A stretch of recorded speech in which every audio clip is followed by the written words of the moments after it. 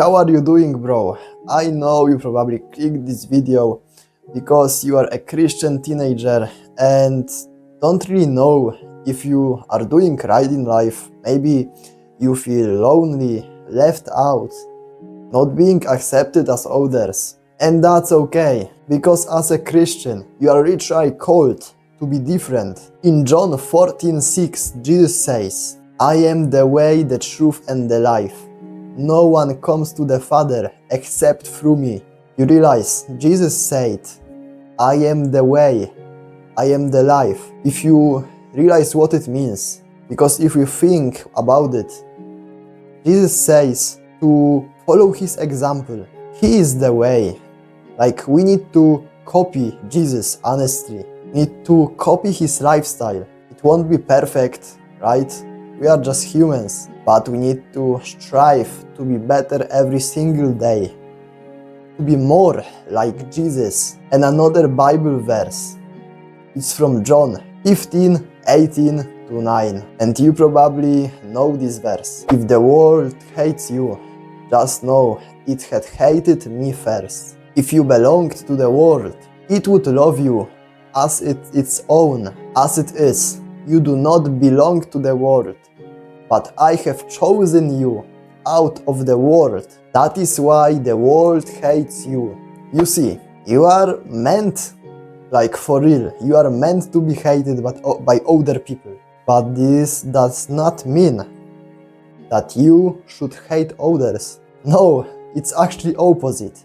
We as Christians, we need to love others, even our enemies. And I know, bro, that it is hard. And if you are a Christian, if you are a man or a woman of God, don't be afraid to be alone.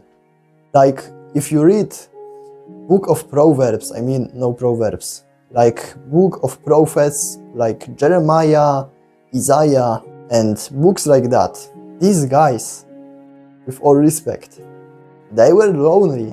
People hated them, even though they were chosen by God, even though they were Jews at that time, because it was in the time of Old Testament. God chosen them, and what it means, they were surrendered to God. And when you read book of Jeremiah, people hated the truth as he spoke. He was like, I can't say that he was righteous because no one is righteous, but he had this righteous lifestyle of a godly man. He did the things that God commanded him to do. Of course, like, he was not sinless as everyone. But what I mean is, we will be lonely as Christians. It is not an easier way, as probably some people imagine. But hey, you don't have to be lonely. You can still have friends as a Christian. You just need to find the right ones. Like, they don't have to be like priests or pastors. Even they sin. They don't even have to be believers. Like, we are supposed to love everyone. But it is good to have a believing friends just like you, so you don't have to be lonely on this road. I mean, you are not, because you have Jesus, but you know what I mean. Sometimes it feels that you just need somebody, that friend that will encourage you, and you'll encourage him. Even in the Bible it says, "As iron sharpens iron, a man sharpens another." So what you can do, find Christian community. The easiest way to do it is just go to your local church, go on a mass there, and after a mass, at least in my church, it is like that. They will have an announcement when they say what like communities they have inside the church. And if they want, for some reason, just find some paper announcement in your church, or even find their website. And you'll have like Bible study. Maybe, in my opinion, it is the best way. So, youth church community. And I go to one. And honestly, before that, I was like, nah, there is no way there are people that believe in Jesus in my age. And I was wrong. Especially, I had no idea that not only men my age believe in Jesus, there are still women of God these days. Maybe it's rare, honestly. It's even more rare than a man of God. But hey, if you find those people And I will encourage you. Yes, some people still will be lukewarm, but God has His time for them, His plan, and for you as well. So trust His plan, and you will be good. Another point I want to make is giving example to others. For example, I know most of you go to school if you are a teenager. So, when you are in school, behave like a Christian. Stand for your faith. Present yourself as a man or a woman of God. How can you do it? You help the poor.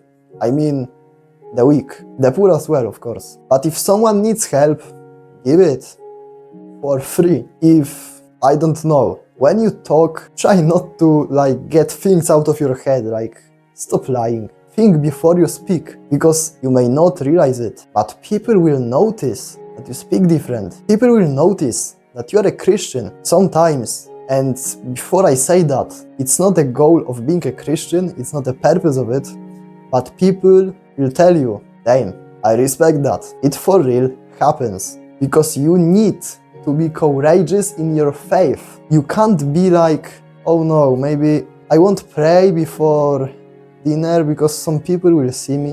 And I'm talking like this because I was like you. And it's not like I don't struggle with that. I struggle with it as well. I am a human. My faith is not unshakable. It shakes, and a lot. But it gets better and better over time. Because you know what? You don't come to Jesus clean. You come to Jesus dirty, and He cleans you. And listen to this one verse from Bible, exactly about being a young believer. In 1 Timothy 4:12 it says, "Let no one despise you for your youth, but set the believers an example in speech, in conduct, in faith, in love, in purity." Be like Jesus. Be courageous. Be brave. And I want to encourage you, because I don't know if it is only me, but I am naturally an introvert. So I hate introducing myself to new people, you know what I mean. And it's not meant to be flexing. I am just a piece of dust compared to God. I'm just another average human being, but God leads me, and He can lead you as well. So I want to encourage you to preach, to not be afraid to talk about Jesus. If you feel called to preach, just do it. If God calls you, trust in Him. And I want to tell you, because I still struggle with this many times, but lately I have been getting this power from Jesus, this courage to do this, to preach. I will give you just one example. Yesterday I felt being called to preach, but I am not really well in this. I was still fearful that maybe they will reject me, I don't know. But after some time I found two girls that were sitting, and I said, okay, maybe let's preach to them. And guess what? Because oh man, I started preaching to them. One of them started laughing and got on her phone, but second girl, she kind of listened, but their hearts were still not open. They didn't want to listen to me. But hey, the point of preaching is that you plant even this small seed in them, because over time it can grow from this to this, as God can work in their lives, bring people to them and other life situations that will make them believe. And for the end, I just want to tell you one verse from Book of Proverbs. It's from Proverbs 19, verse 21. Many are the plans in a person's heart, but it is the Lord's purpose that prevails.